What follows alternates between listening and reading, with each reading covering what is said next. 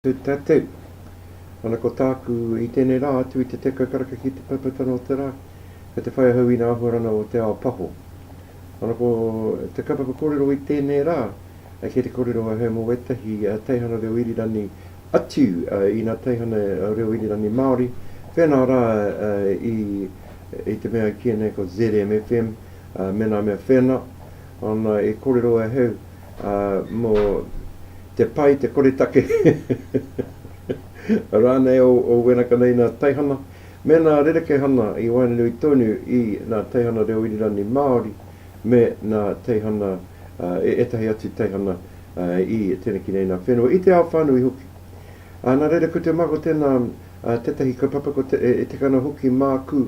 e whakatakoto I wetahi paku whakaaro me ki, mō te ipurani, me wenei mea, wenei nei nā whakaaturana e tautoko ana I te reo irirani, ko wenei nei nā videos nei, ko te wawata kia mā takitaki nia kia whakarono nia nei nā kōrero, ana kia huri ai nā tānata ki e whakarono ana e mā takitaki ana ki te reo irirani. Tērā pēr te mahere, enari ko taku pātai, tērā pēr kei te mātakitaki nō mai, tēnā tanata, tēnā rānei karekau, nā tanata e whakarono mai, mātakitaki mai I tēnei, e huri ana ki te